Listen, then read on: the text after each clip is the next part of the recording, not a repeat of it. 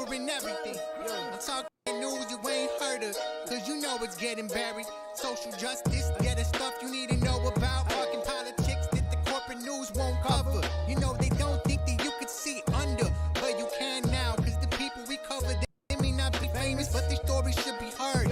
Yeah, every voice matters, we should rise and fall together, and that's why. Good morning, everybody. Welcome to Hair of the Dog on this bright and beautiful Monday. It's not. It's raining here in Chicago, but hopefully it's nice where you are and you are staying safe. So grab your coffee, your mimosa, no judgment, whatever it is you're drinking this morning. Join the conversation. We do see your comments, questions, snarky replies. We see it all. So join the conversation and we will go ahead and get started here in just a moment. But first, my lovely and talented co-host, Andy Kennedy. Good morning, Andy. Hello, Carrie. What's going on, Andy? Well, anytime you talk about bad weather, I know it's coming towards us. Right? So it might be nice here now, but it might be bad soon. Well, okay, so for those of you who are just tuning in and finding us, first off, where have you been?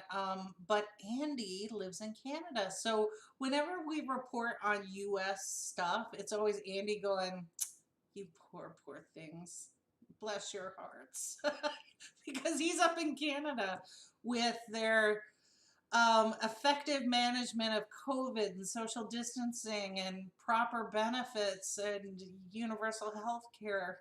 So I'm still politicking for Andy to formally adopt me so that I can go up there. Yes, but the borders are closed. So you can't even get here. Like, I don't know. I could maybe send you some medications. No, you can't. You can't. It has to come directly from a manufacturer for personal use, 90 days or less. And even then, the FDA can still arrest you. So, sorry. AK Industries. Exactly. So we have a ton of stuff to talk about. Still have the Black Lives Matter protests and published an article that I wanted to talk about. Published it yesterday, and the feedback that I got, God bless America. It's too long. There's too many wordy things. Just give me the high points. So this morning I'll do a synopsis on this article. Too many syllables. Right. Not enough pictures. America. So I will go over a synopsis of what I wrote, what was published, and maybe if you've got a week, you can go and read the 4 pages. So we'll talk about that. And a good highlight for you, and I'm going to go watch this, is it was recommended to me. I think it's a Netflix documentary on Jeff Epstein. So Andy, this is kind of interesting information that I did not know, where I was like, it just hit me like a ton of bricks. So Jeff Epstein got his start, as most pedos do. Pedophiles like to either start as school teachers or coaches or something where they can be close to their targeted prey, minors, children. So any guess as to who gave Jeff Epstein his first big break as an employee around children? Mr. Rogers. No, Mr. Rogers is good. Mr. Rogers is a good person and forever shall be a saint. It was not Mr. Rogers. Is that your final guess? You got anything else? The reason I went with that is, you remember they showed the history of how Tom Riddle, a.k.a. Voldemort, was introduced to Hogwarts by Dumbledore. He went to the orphanage, and Dumbledore had no idea it was bad. That's why I guess that. Ah, I see. Okay, all right, but that makes sense. All right, a little bit of redemption for you, but the answer is Bill Barr's father. So for those of you who don't know, William Barr, Bill Barr, is our Attorney General, Department of Justice. So his daddy ran an exclusive preparatory college or pre-college in New York that is still standing. And he gave Jeff Epstein, at 21, college dropout, a job teaching math to underage children. And this is how Bill Barr knows Epstein. This is how Trump knows Epstein. And then as he grew in his chosen profession, like I found a Vanity Fair article, an older one from years and years ago, where they were kind of toying with how did Epstein make his money? No one seems to know. And it was kind of this coy little playful article about how did Jeff Epstein make, we know how he made his money. It was selling children to the powerful and the elite. So And this who would have thought that he would have gone that way after Welcome Back, Cotter? wrong Epstein. Oh, Wrong sorry. Epstein. No, but good one. God, I used to watch that Welcome show. back. Right. I used to watch that show. But that was in Brooklyn. This school is in Manhattan. So good on you people for spending $100,000 on tuition there. So, okay, so we have a lot to talk about. There was a lot going on this weekend with the Black Lives Matter protests around the country. So one of the things that I talked about was I took a deeper look at who the orchestrators were of the federal secret police that are now invading the certain cities, not every city. They are being deployed in sanctuary cities. So these are cities where they have decided that if you are an illegal immigrant, we are not going to forcibly remove you. We will have the whole reason behind this is to support the police. So Right, but let's also clarify that that's their term, right? Human beings are not illegal just because of where they are on the planet. true, very true.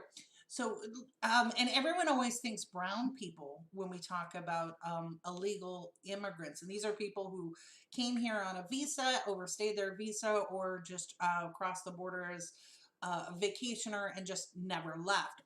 Some people are migrant workers. In Chicago, our number one and number two illegal population comes from Poland and Russia. They're not Hispanic, Latino people at all. They're Polish and Russian. So they're white people, mostly blue eye. This is where I got my blue eyes. My dad's Polish. So those are our illegals here in Chicago. In other states, it's a little bit different. But sanctuary cities decided that it was better for us to work with immigrants and make them comfortable so if they wanted to report a crime or had an issue, they could do so without fear of retribution. That is what a sanctuary city is. If you recall, in the early years of Trump's administration, he hated that, absolutely hated it. So he has now decided to target sanctuary cities. This is why the federal troops are not in places like San Antonio and Louisville, Kentucky, and things like that. They're in Seattle, they're in Portland, they're now in Chicago, they're going to a bunch of other cities, but they're not being deployed to like Tuscaloosa and Birmingham. It's all about the sanctuary cities. So that was part of what I looked at when I wrote this article. So we can officially call this a tour now, right? It is. It like, is. This is we can. They'd probably be smart to like do T-shirts, get some swag going. 2020, pandemic brutality tour. Coming to a city near you. We should make up those T-shirts with the names on the back of them and pedo the pedo tour, the federal pedo tour. So here's the article that we published on the website. I'll see if I can get that link. I should have been prepared for it, but so if you go out to progressivesinsider.com, this is the feature article there. So when I went through and did the study, it was not so much groundbreaking information as a curation of what we've already had and putting it together in the big picture. Because part of the reason that we have so much trouble with this is it's coming at us so fast that we kind of forget something that we saw. So I went and looked at the history. The I went back to 1986 and all the way up, so that I could put together. Okay, why is this happening?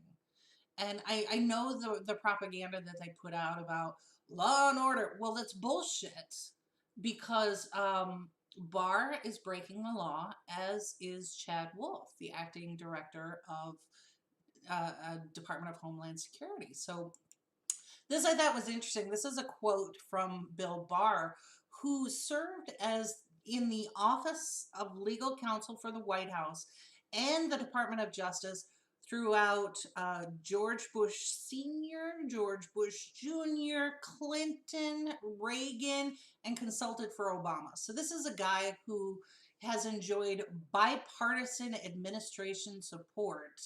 You know, we always like to point the finger at the right and say, well, these are, no, this dude has been in the swamp for decades. Decades. And what struck me was when we had those impeachment trials, you remember that fun little impeachment trial last year? When he, Yes. yeah. Yes. I got a t-shirt from that. Exactly. So what was stunning to me is, now I'm not a lawyer, and you know, Mensa's not knocking down my door, but when Bill Barr was quoting his own legal guidance that he drafted as a member of the Department of Justice, and then had those legal briefs redacted, I'm like, you can't do that. That's like me making up Calvin Ball rules and then redacting the rules so you can't read them, but oh, by the way, I win. Like, where is the entire legal community? Where is Congress going? You can't do that. So so this is Bill Barr, who's been on full, you know, full tilt for decades. So what I thought was funny was, funny not in a ha ha way, but this quote from Bill Barr, he when he was talking about firing upon priests and medical workers on journalists in Lafayette Square in DC, and his excuse for it was, well, the president of the United States should be able to walk one block from the White House over to the church. This is St. John's Church. I don't see anything wrong with the president walking over the church. Well, Attorney General, it's not that he walked over there. He could have walked over there at any time. It's the fact that you fired munitions at people so that he could. That's illegal. And like I said, I'm not an attorney, but I'm pretty sure that's what the Constitution says. And that's the highest law of the land. And they're kind of missing the overall big point about somebody who's either famous or infamous trying to walk in the general public unencumbered from point A to point B, right? Don't see Beyonce trying to do that. Well, so here's where I have a problem with that statement alone. Take the legality aside, but in the United States, we don't have a monarch. So the whole concept is that you're a civil servant. And it doesn't matter whether you're president or dog catcher, that you are no better or no worse than the person standing next to you without a title.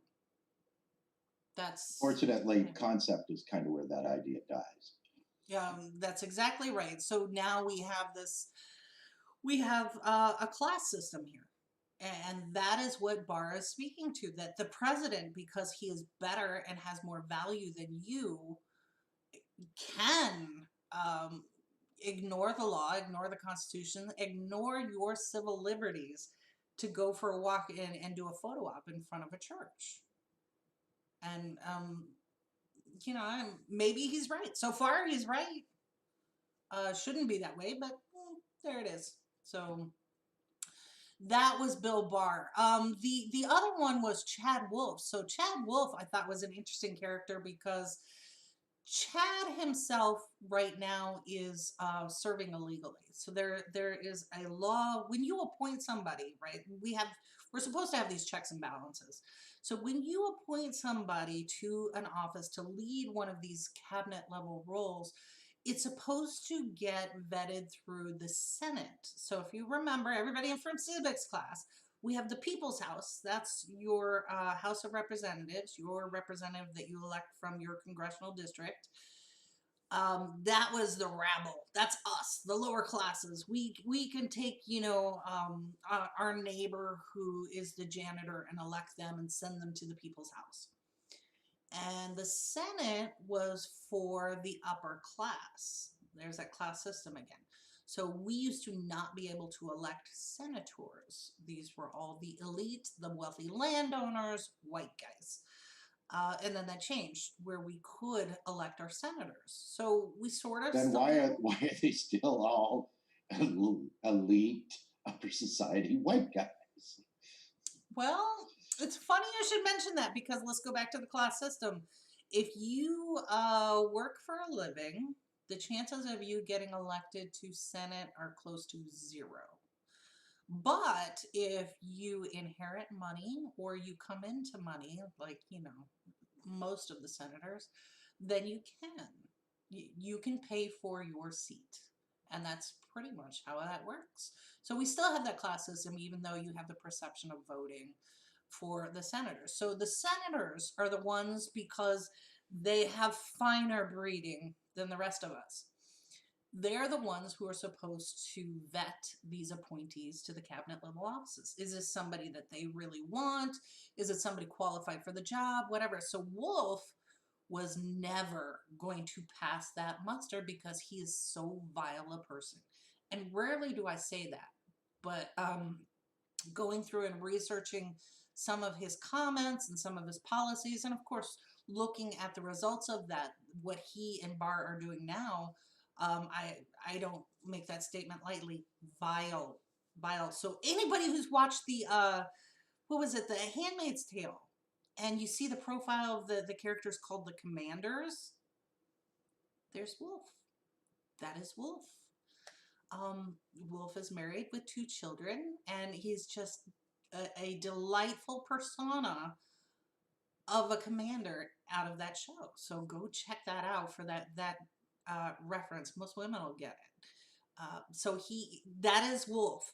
And Wolf himself, what I thought was interesting is he has no legal background at all. He's all in security. So he is developing tools and framework from a national security standpoint without being burdened by the law, if that makes sense. So it stands to reason why this guy would think that your civil liberties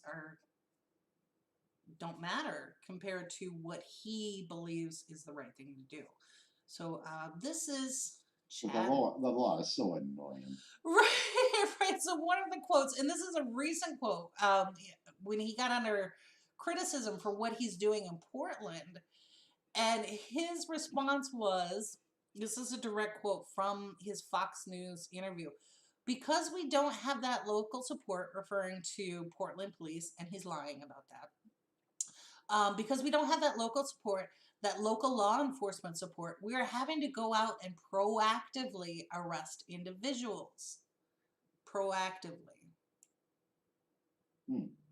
How do you know somebody's going to commit a crime proactively? Well, if they get a red ball. That's exactly right. So Chad apparently watches too many movies and doesn't read the Constitution. So what's amazing to me as I went through and did all of this research was that Chad himself doesn't, they claim law and order, but whose law? Because it's not the law of the United States.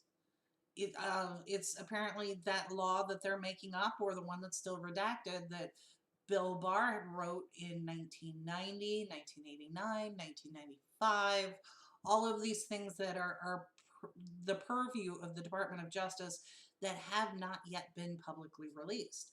So one of the things that I thought was interesting is there are a couple groups that are suing the Department of Justice for a FOIA infraction. FOIA, of Information Act. So anything so what the Department of Justice did is they wrote all these secret opinions and then they locked them away and said that they're national security. So the time has expired on some of the stuff that Barr wrote 25 years ago. So those have to be released now. And as they're being released, and I went through some of them and we posted them in this article, holy cow, the stuff that these people are talking about. And here's the thing. When I was in junior high and high school, and you remember when you couldn't get into a movie, like they were PG-17 or whatever, but you figured out that if you acted like you should be there and you spoke with authority, you could sneak in anyway? That is the same kind of thing that Bill Barr and a lot of these jurists are doing, is writing it from a point of view where they're talking down to people so that you don't necessarily know what they're saying is accurate or not, but they convey it with such a conviction that, oh, okay, well, they must know. I'm not a lawyer. They're lawyers. Well, some of this information is starting to be released now, and it's jaw-dropping. So I'll make sure that there's a link to that too. So this is part of what we're seeing across these cities in Seattle and Portland, Chicago, all of these places where these federal secret police are being deployed. A lot of these personnel don't have legal experience. They're not certified in the state law. All of these things that just really cause a problem. And one of the things was you're starting to see that the morning after, you'll see federal agents going out to pick up these canisters. And they're only picking up certain canisters, not the regular tear gas, but these other ones. And what we're seeing is photos of these canisters where the manufacturer says, do not fire within 30 meters of personnel, you will kill somebody. And they're not supposed to be doing it, yet they are. So we've had a number of injuries from peaceful protesters who had these canisters fired on them. That's a lawsuit. That is, first of all, it is just so contrary to the laws of this country. Second, it's contrary to law enforcement's principles at every state level. And now you have the feds going in to once again trample on civil rights. So I wanted to bring this point up one more time. We talked about it last week, but it's the heckler's veto. And this is so important for people all across the country to understand. This is part of the First Amendment here.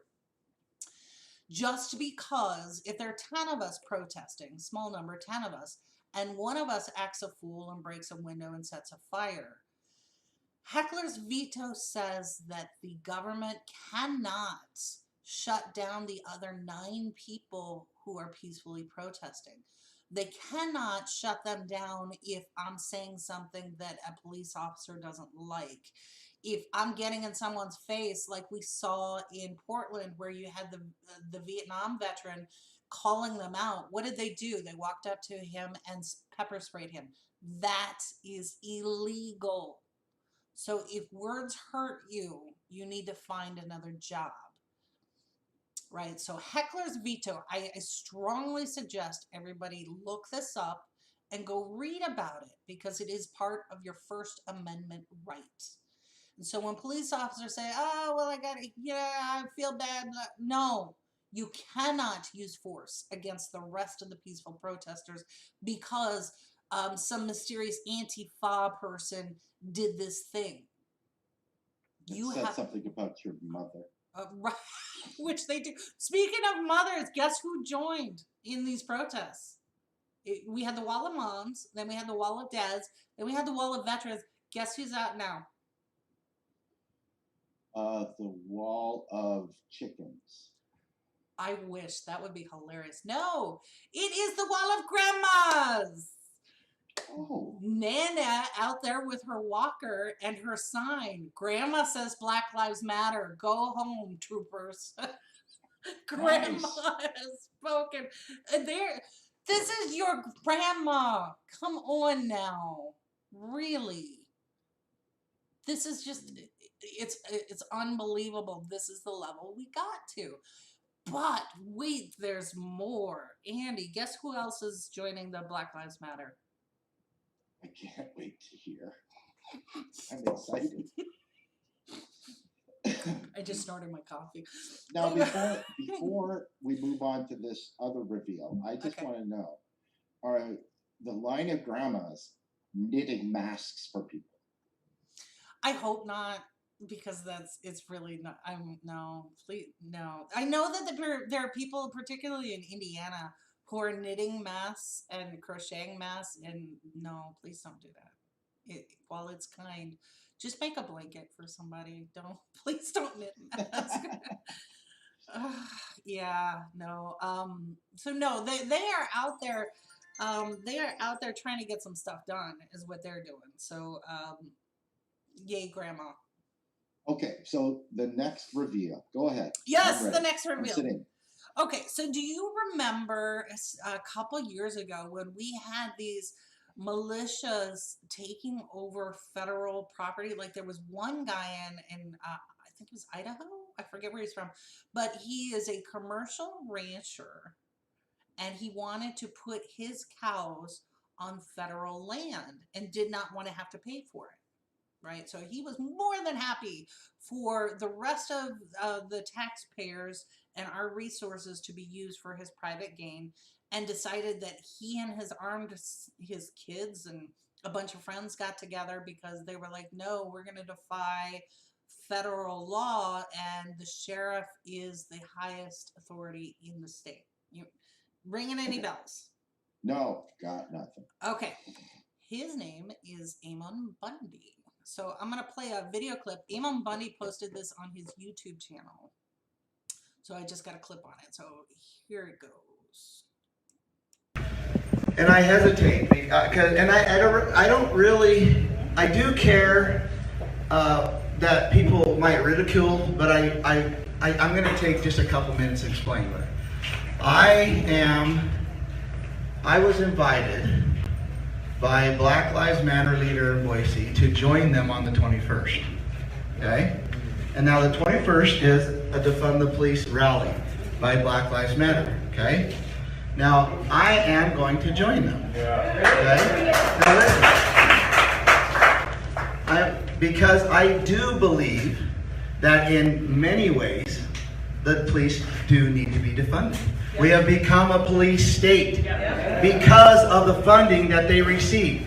Now, I want you to understand that most of the funding goes to the federal government, and then the federal government trickles it down to the local, a lot of the funding trickles it down to the local departments. But they don't ever give money for nothing. They make the local departments sign what is called a Memorandum of Understanding, MOUs. They require them. And these MOUs are basically saying, you will enforce the law the way we want you to enforce the law, not the way the local people want you to enforce the law. Yeah, so that was, attempted coups make strange bedfellows. So Amon Bundy is all for the Black Lives Matter because he recognizes it's an overreach of federal power against the states' rights. So this goes back to the 10th Amendment. In the Bill of Rights, 10th Amendment to the Constitution, anything not enumerated here goes back to the states and the people. And that's where Bundy is... he's joining the Black Lives Matter for that reason, right? His macroeconomics is a little wonky, but he does get there. He does. It takes him a while. So you know what? Maybe this is we need to extend an invitation to Mr. Bundy, right? Which I never would have thought that that I'd be saying that, because I am so vehemently opposed to what I saw was kind of a selfish act, but maybe I misunderstood. So let's see what Mr. Bundy's doing. You know, he's up early in the morning. He's a rancher. So of course, if he can get his chores done fast enough. Right. Exactly. Mm-hmm. Oh, I think it's an interesting bedfellows to say the least. It's not something that I would have necessarily predicted, but I think that if you can kick that part of your brain that allows you to think critically about things instead of just getting your talking points from Fox News, then you can start to see that, wait a minute, this isn't right. This is kind of what the Second Amendment says, and you know, what are they doing? And really, we're calling them a violent protest because they're shaking fences. Like, okay, and what is it with Trump supporters, right? About barriers, right? Build the wall. They're shaking a fence. What is this about? I'm not sure. I don't get. I don't see that why fences are such a big deal to Trump supporters. I think it's that you have the audacity to defy authority, right? So this is where it doesn't make a whole lot of sense, and we've spoken to people that are still, for whatever reason, still on board with gassing people and shooting Americans, and I honestly feel like, and as I wrote in this article, don't be don't be distracted when they say law and order, because we can recognize, as you said, from a fence, that is obviously bullshit. I feel like, based on reading the writings and comments from Chad Wolf and from Bill Barr, that their goal is much more base than that, right? So I feel like there's a significant degree of racism there. And for years, we heard the propaganda about, well, there's limited resources and white people are an endangered species now, right? So it was the whole principle of, we need to protect our country for our white children. They are true believers. So what they are doing actually has a high racial component to it, a racism component to it. How dare you think that every person in this country should be entitled to due process? We want you to look at other people not like you as less than. So that, I think, is what is underlying all of this. We saw this with Chad Wolf and his cohorts, who developed the zero tolerance policy. And I wrote about that extensively, which I thought was interesting because Chad Wolf actually lied to Congress during his testimony and said he had nothing to do with it. And then this memo surfaced, which I have a link to, that shows, yeah, not only was Chad Wolf involved in it intimately, but what they did was, if you separate children, these children who have a legal right to asylum tied to their parents, if you separate the children from their parents, you remove that child's legal authority to seek asylum legally in this country. So you can see from his comments and everyone else that was participating in this, they knew exactly what they were doing. They were stripping these individuals, human beings, of basic rights so that they could separate them. Well, what did they do with them? Some of these children have been sent home without their parents' knowledge, to a war-torn country. We're talking 4 or 5-year-olds, 12-year-olds, 13-year-olds, just sent back and dropped off at the airport. We still have 1,500 children unaccounted for, some who have been sold to Christian adoption agencies, some who are just gone, right? So we know that, and this is something I plan to be working on as soon as I get a moment, the high dollar value of selling people. This is human trafficking. It used to be drug sales and things like this was a big moneymaker. It's today you can make billions on human trafficking, the sale of human resources. So this is another story that I'm working on, and I think, calling back to that Vanity Fair article about Epstein, you know how that guy made his money. You know it. So this is just yet another distraction. So when we look at why were they doing what they were doing, it's not that hard. It's really not that hard to put it together. Just use their words. And whenever I write a piece, especially one that is pretty dark, like this last one, I always have to use publicly available information because I don't want to get sued. I can't Well, afford that's the thing, right? justice. People don't have the ability to or the time per se, or even the patience to put this stuff together because it is all there, right? It's not, the secrets are gone, right? It was much easier to hide stuff before the internet came along, right? Or before the internet became, or social media came along, right? There aren't secrets now. There are, somebody's taken a video, somebody's seen the document, somebody's posted it online. All you have to do is Google it, right? And it comes up on your computer.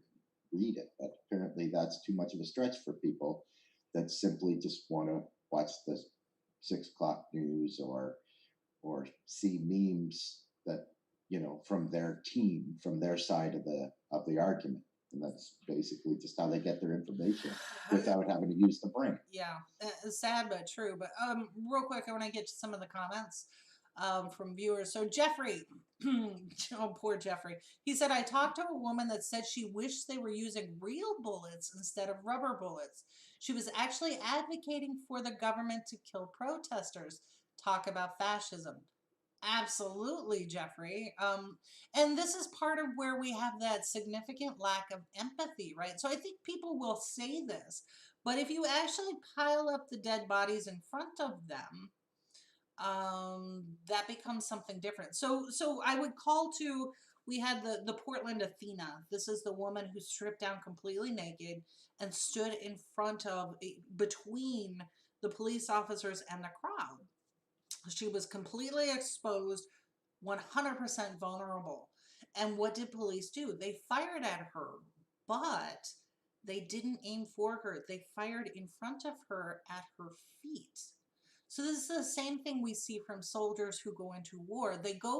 There are some that go in there gung-ho, like, I'm going to be a badass. But when it comes to actually pointing your weapon at another human being, in Vietnam, they had a real problem with this. When they'd see the Viet Cong running through a field, U.S. soldiers would fire too high. They would fire above them and not hit them. So they were doing what they were supposed to be doing, shooting at the enemy, but soldiers couldn't fire on another person with the, lethal ammunition. So this is where I think this woman that poor Jeffrey had to deal with, when faced with it herself, I think her tune would change. And we have this kind of vibrato that, oh, I'm a badass, blah, blah, blah. But if you paid attention to what happened in Louisville this weekend, no. So you had the entire militia, I forget what they're called, the fuck around and find out militia, I think. 100% black, armed, legal gun owners marching through the streets. And what happened was you had a bunch of these 3%ers, these fascist, racist militia members who think that they know the law. A couple of them showed up, but what didn't happen is the police did not fire on the militia, right? So this is where, okay, that the fuck around and find out folks were like, let's see what you got. Let's do it. And they're like in your face with it. We are legal gun owners. We train at the range. We do all of these things. Let's see it. And nothing happened. There was nobody firing tear gas at them, and they were able to march. So, Seven says, out here in Missouri, there have been several accounts of people being almost snatched in Walmart parking lots. So Seven is talking about the Epstein comments and people disappearing. And he's absolutely right. We have one woman here in Chicago who was taken from a big mall when she was 16. She ended up escaping, and she has a charity now where she helps people who were sex trafficking victims. So this is happening everywhere. So thank you for that, Seven. But getting back to the federal piece of this, in all of these cities, you saw different responses based on how things went in the city. So I want to come back to Chicago a little bit, because as we were leading up to this weekend, we were talking about how Chicago is not Portland, Chicago is not Seattle, and if they try that shit here, it's so. Here's what happened in Chicago. Mayor Lightfoot we had two Columbus statues in our major park, and she removed them in the dead of night because she didn't want any drama. So then you had the Fraternal Order of Police guy, Costanza, I forget his last name, but we'll talk about him in just a second. He is famous for, he doesn't like that we have 3 strong black women running our city. So you can argue whether you like what they're doing or you don't, whatever. But 3 black women is just, that's pearl clutching to him. He can't handle it. So he is frequently bussing in fascists and racists from Wisconsin to do protests here. So he did it again Sunday, thinking that he was going to have a Blue Lives Matter. Here's what you need to know about Joe. I think his name's Joe, whatever the fuck his name is. Douchey McDouchin. Well, that's an appropriate name. Yeah, let me put up his stats here. So, John's his name. Cantazon, he's the head of our Fraternal Order of Police. My dogs are barking now. But he was doing the Fraternal Order of Police Blue Lives Matter rally, and where people think that this is all about the supporting the police, it's not. John was actually stripped of a badge, and he was booted off the police force. So this whole rally was about John being important, not about supporting police officers. Here's what you need to know about John, Chicago. This guy has cost you money, right? So he himself, before he was booted off the police force, had 50 allegations of violating civil liberties. So to put in that perspective, he had over 90% more allegations against him than any other officer on the force at the time. That's a lot. So on his complaints, and when his supervisors disciplined him, he fought back as part of the Fraternal Order of Police union. 10 of them were sustained, right? Sustained means some portion of this is, yeah, it's fucking true, right? And in all of this time, use of force reports, 1 civilian compliment, 6 honorable mentions from within the FOP. That's it. This is why this guy standing there screaming and crying, it's all about him, not about police, right? So he had, I think they counted 200 supporters show up. And if you go out to Twitter and look at Chicago, there were thousands. Again, for the 5th, 6th week in a row, to change the police force. When we did that interview with Stringer Harris, we could show here in Chicago $313 million, almost now $500 million paid out in wrongful police conduct lawsuits. They're costing the city money. At the same time, they're taking a significant portion of our budget. So when we say defund the police, we actually mean it here. And a pandemic, when the administration refuses to help states with their budgets, although there's a major shortfall because people can't pay taxes when they're laid off or at work. Mm-hmm. Yep, exactly. So one of the things that Chicago did, and Seven's like, I'm from Chicago, try that shit in Inglewood. You're right, they didn't go to Inglewood. So here's what they did. So Chicago has this river that runs through it, and you've got the park on the south side and to the west neighborhoods. To the north side, where you have that Golden Mile, all the ritzy stuff, there are bridges. So what they did was they, just like a castle and a moat, they raised the bridges this weekend so that protesters could not walk to the ritzy, elegant side, which I thought was kind of clever and very telling for the city. We don't want you in our, and this is where Cartier and Gucci and all of these high profile department stores, I guess if you call them department stores, the places that, if you want to buy a handbag for $3,500 on sale, you can go. Oh, I see what's happening.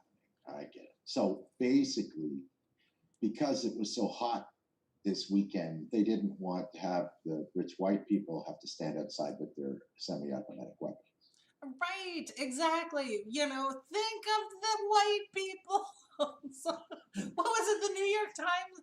Oh my God, the New York Times did a profile on the Chicago couple who was really having a hard time converting their second home into a primary home during COVID. And the wife was lamenting, I can't go out and get my latte. And now I have to actually walk past my son's bedroom to get to my coffee station. And there's just no separation between me as a person and mom time now. No, say it's not true. Right, that's exactly it. That's exactly. Oh, 7. He corrected me. He said Gold Coast Diamond District, and yes, you're right. Oh, You're the right. humanity. Yep. So these are all the differences. But one thing that I really want to call attention to is Austin. This is kind of sad. No, this is really sad. So, Austin, Texas.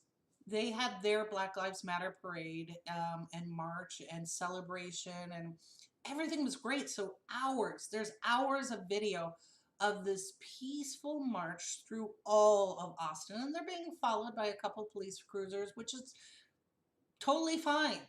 Follow them, make sure everybody's acting appropriately, all good. Austin did not interfere. The police department did not interfere with the protest. Here's what happened.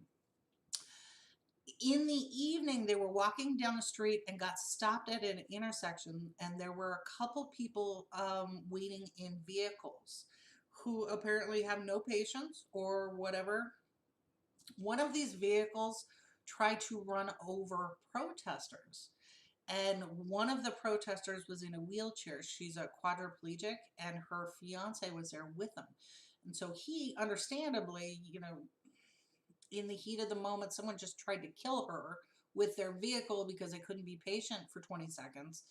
So he went over to the driver's side to say something, and the driver rolled down the window and fired 7 shots. So the initial reports were 3 shots, but if you listen to the video, you can count them up. So there were at least five to him directly, and then a few seconds later, several more shots were fired. And then that vehicle took off, and the police have since apprehended that person. I don't have that person's name, but I do have the name of the person who was shot and killed. So this is Garrett Foster. He was an activist, and he was the one who died. He was this lovely gentleman there. That is his fiance, and she was quadriplegic. He, I believe, was ex-military, retired military, but he lost his life in Austin because someone decided to fire on him. They couldn't wait a minute or two. But Carrie, why haven't we heard about this on all of the news sources? Because he was a protester? Are you suggesting that this has been minimized on mainstream media because he was just a lowly protester? Yes, I am. And perhaps had the shoe been on the other foot, it was deemed that a protester had fired at someone in a car. Do you think that there's a possibility that it might have been plastered everywhere for all people to see? Well, here's what was interesting. The first reports that were coming out on local news in Texas said that Garrett had a rifle on him, and he approached the vehicle with a rifle. Bullshit. And as you said, Andy, you can't hide this stuff anymore because everybody's got video. So the gentleman who opened fire on an unarmed ex-military decorated person walking with his quadriplegic fiance. Look at her, she's beautiful. He was her primary caregiver, and now he's dead. So for his crime of causing this individual to have to wait a moment in their air-conditioned vehicle. So Lovely. yeah. So yeah. If there's like a GoFundMe or something we can do, or more information on Garrett Foster's murderer, we'll make sure that we post that too. So If you're still one of these people that is concerned with fence shaking and lasers, mhm. right? And fireworks. Okay? Garrett that just got shot. There's your violence. That's a violent act. So calling people that shake fences violent protesters, yeah. Mhm. 3-year-olds shake fences. Right. So, what I would say in response to our fascist neighbors here who are more concerned with fences, we have a constitution. This is the law of the land. If you don't like it, get the fuck out. Right? You cannot shoot people, unarmed shoot people, exercising the First Amendment rights. You don't like it, get the fuck out. So, real quick, let's cover politics, and then I have one huge snarky takedown that I want to get to here. So, real quick, the Cook Report. If you are not familiar with the Cook Report, get familiar with the Cook Report. I know everybody goes to 358, and I'm sorry, Nate Silver is full of shit. He is a sellout. Nick, you're a sellout. We all saw that check you got, and how your statistics just magically changed for corporate. So Cook Political Report, they're pretty accurate, and they make no bones about being, we're a corporation. So I trust them because they do not hide their bias, and they actually put out their stats so you can double check it. So here's what they're saying now. The Senate is in good likelihood to be flipped. So I have made this case. I know others have made this case. If you control the House, and we have so many progressives, we had Warren Lynch on to talk about all the progressives who are winning their races, their primaries, to go up in the general, to take over the House for progressives. And now you have the Senate that can be flipped blue. Does it matter who's in the White House? Think on that a little while. Well, yeah. Yeah. So, so this is why I pay more attention to what's going on in Congress, in the congressional races, than necessarily in the White House. Because once again, if you read that article I wrote, you'll see that these people that we are dealing with now served under both Democrats and Republicans, including Joe Biden, when Obama was in the White House. So we still have to deal with the Chad Wolfs and the Bill Barrs and all of these things if Biden gets in or if Trump stays in. So we know that these are a fact. What can we do to mitigate that? And that is where the congressional races come in. So that's why I bring that up. So go to the Cook Report. Okay, so now, Andy, if you'll allow me to be incredibly snarky, everybody pull out their calculators. So this is an example of punching down. This is where stupid people put out these stupid memes, don't think about it, and try to beat up on their fellow workers, right? Because they don't understand. So how dare you? How dare you my money? So, all right. This is a meme that was going around. It was forwarded to me this morning. And as I started reading it, I started laughing so hard because and we're going to go through, I have 3 pieces, just 3. There are like 10 things on this meme that are so far out wrong. It was hilarious to me that somebody actually typed this out. So I just picked out three. And so get your calculator and your Google machine ready. So here's somebody named Nick Chubb. I don't know who Nick Chubb is. Somebody shared this and then forwarded it to me and said, what do you think? And all right, so Nick seems to believe that you're getting $800 to $1,000 a week in unemployment. Nick seems to believe that you get $800 to $1,000 a week in unemployment for the last 4 months. And he says if you don't have anything saved up by now and you're panicking because that extra 600 is about to end, that's the extra 600 from the CARES Act that was supposed to help. 600, it was, yeah, 600 is going to expire on August 1st, and Congress, including Nancy Pelosi, hasn't done jack to help anybody.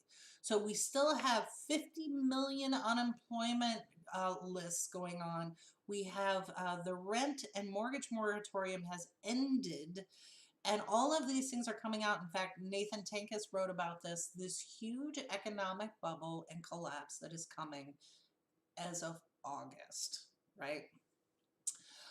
So Stephen Blackman says the same thing, right? Where are people getting 800 to 1,000 a week? And I'll go through that. So Nick seems to think that of this 800 that you're getting a week from unemployment, if you put 250 away, then for the last 18 weeks, okay, so 4 months, 18 weeks, these things are not equal. There are generally 4 weeks in a month. But okay, so Nick, there's your third math error. Then Nick, Like what? yeah. So you'd have 4,500 to work with. So Nick seems to think that everybody's getting all this money, and you should have been putting $250 away a week. $250 away a week. That you would now have 4,500 to work with. So screw you. And then Nick goes on to say, you could have also gotten a part-time job this whole time, and you still would have gotten the 600. No. Essential workers, and then he goes blah, blah, blah. Okay, so let's go through some of this here real quick. So the first one, Nick, what are the average benefits for unemployment? So I looked it up on the Google machine. April 2020, the average weekly benefits were $333 nationwide. And that was in a range from $100 in Oklahoma to $531 in Massachusetts. Cost of living in Massachusetts is triple what it is in Oklahoma. Although states are subject to a few federal requirements, they generally are able to set their own eligibility. So there's the math problem right there for Nick. Nick seems to think people are getting 800 to 1,000. No. Strike two. Right. So this took me all of like 10 seconds to look up on Google. So Nick, and then Nick presupposes that you're not getting taxes and other things taken out of your unemployment. I believe that Nick has never been on unemployment. I believe that Nick is sitting in his mama's house on his Taco Bell salary, thinking that other people make $800 to $1,000 a week. So I think that's part of the problem here. No, Nick, people don't make that on unemployment. So that was the first thing that I brought up. So everybody got that? Your unemployment can go from $100 a week to $531. Basic rents for an apartment is $900. Right? You remember when McDonald's tried to do this thing and tried to help people with their benefits and say that, like, your grocery bill is only $50 a month, and yeah. No. And apparently they think everybody lives in Florida or Arizona or a place to the south like that, because apparently they were budgeting $0 for heat. Yep, exactly. It's exactly so. So the next thing on here that it also took less than 20 seconds to look up, this assertion that he's got that you can get a part-time job and still get unemployment benefits. So I looked that up, and no, you can't. Your unemployment benefits can be affected by a part-time job. So let's say in some fantasy world that you are getting 800 a month, and you decide, well, I need to go out and endanger myself and others, and I'm going to get this retail job, or I'm going to get this fast food job. Well, that gets deducted from your unemployment benefits. And oh, by the way, when you take a job with a lower salary, now when you calculate unemployment benefits for the next cycle, it calculates in that lower salary. So if you are, let's say, an engineer or a teacher or someone else at a company that was let go, you're going to take the salary that you made there and add in your lower retail wages. So let's say minimum wage, $7, $8 an hour. Now that is a new calculation. So if you need to extend your unemployment benefits past a certain amount, everything gets reduced. So again, Nick has probably never had unemployment. He's probably never paid rent. He's probably never had to manage a household. But okay, so Strike there's three. yeah, Nick's a moron. So then I was like, okay, well, Nick said you could just go get a job, right? You can just you're lazy for staying at home collecting your unemployment benefits. So I looked that up. So this is for Nick here. You see this handy little chart where it shows unemployment, initial unemployment claims. So you have, this goes back to 1967. You see these little peaks and valleys and blah, blah, blah, the gas embargo, and then different administrations come in. And even in 2007, where we had that nice little recession, you see where that is there? There's this little bump up where people had more unemployment. And then we get to 2008, and it is a solid straight line up. Nick, you fucking moron. So there are all of these people. What was it? We were up to 50 million new jobless claims. Something in that. Yeah. area. So where are they getting these jobs, Nick? These fantasy jobs that you say are out here. And then the last line that I thought was just so ridiculous, the lace up your bootstraps. Okay, so he says that you are stealing money from another pandemic worker. So this is, you're taking my tax dollars. So here's where we get into the MMT piece of it. And this is going to blow his mind. Nick, your FICA taxes are unnecessary to finance unemployment benefits. So we, instead of financing it the way we should, we do this shared responsibility where Nick, who's never owned a business and wouldn't understand this, when you have employee payroll, you as an employer have to set aside money for unemployment for that person, your employee. And in their check, their money comes out to also go into this benefit that is held in trust for them. Now, there's no actual transfer of funds, but these accounts are set aside, and this is how we calculate unemployment benefits. So I am not taking from someone else to get my employment benefits. This was already taken from me out of my paycheck. So Nick, maybe you are not getting a paycheck at all, or don't know how to read your pay stub, so that you don't understand how this works. So anybody who's getting unemployment benefits at a certain percentage of what their salary was is using the account that was accredited to them alone, not other people. Furthermore, if the federal government decided that they were going to put out an extra 600, which is bullshit crumbs, where did that money come from, Nick? We just created it.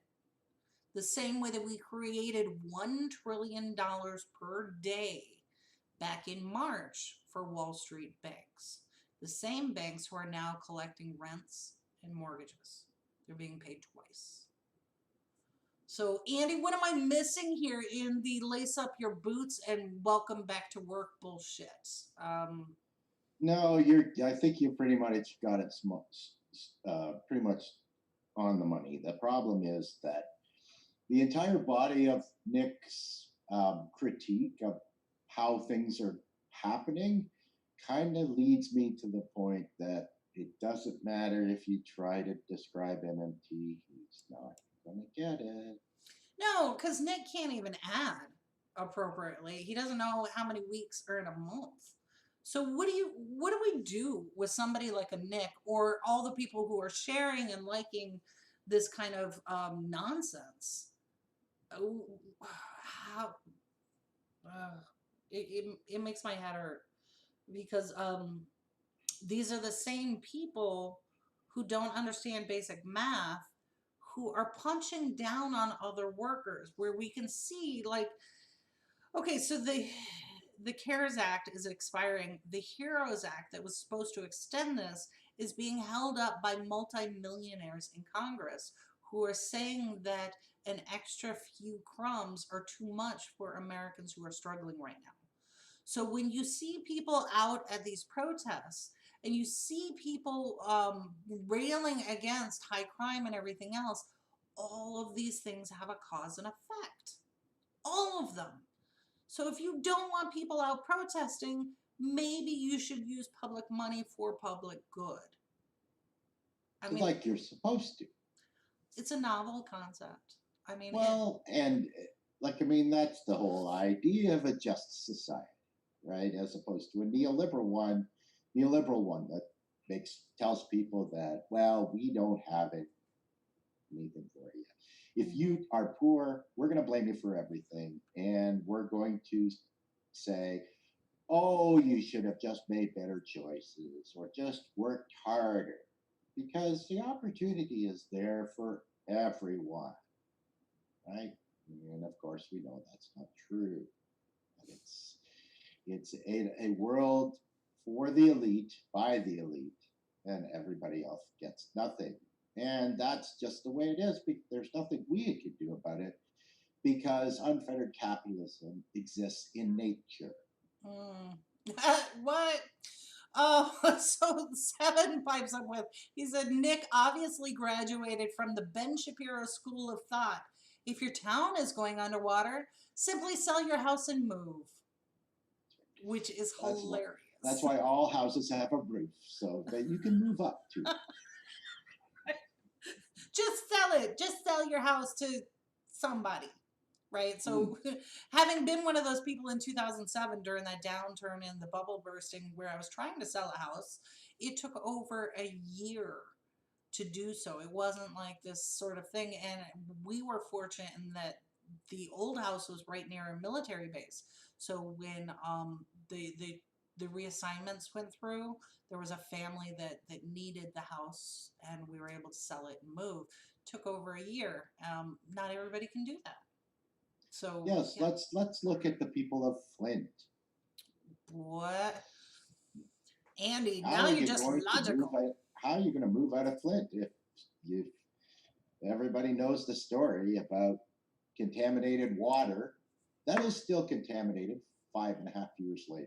Oh yeah, yeah. Who's going to buy that house? Mm-hmm. Yep, same things happening all across the country, but you have somebody like Nick who hasn't thought it through and is just. I like to think positively that somebody like Nick is angry and it's misplaced anger. However, you're right. How do you sit down and have a conversation with somebody like Nick who has no understanding of basic concepts and explain to them how things actually work? It's almost like you want to check in with Nick in 10 years when he's actually lived something, rather than, just this. I'm guessing Nick is still in high school, maybe, or just. Or it should be. There's that.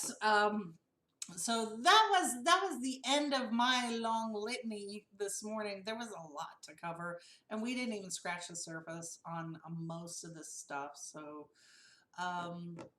yes. We're 15 minutes over, but here at Hair of the Dog, we're not charging you extra. Yeah, it's all free. On that note, if you are disenchanted with corporate-owned media and the way that they spin the narrative and prop up propaganda, support independent media. If we're not the ones that you want to support, I get it. I'm sad, but independent media. Remember that Fox News, CNN, and all of these others started either in a garage or with an infusion of a couple $1,000,000, depending on which billionaire was backing them.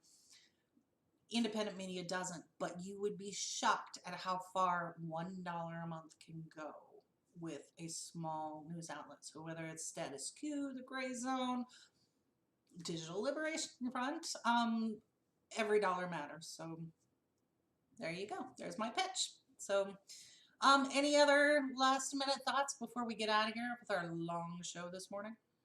Oh, I just think with an eye for people who are watching online or wherever you're getting your information about the current protests, don't be fooled by your own eyes, right? Like don't allow your the narrative for mainstream media or alt-right groups to taint what you can see for yourself. You have tons of people in the field that are all taking pictures and videos.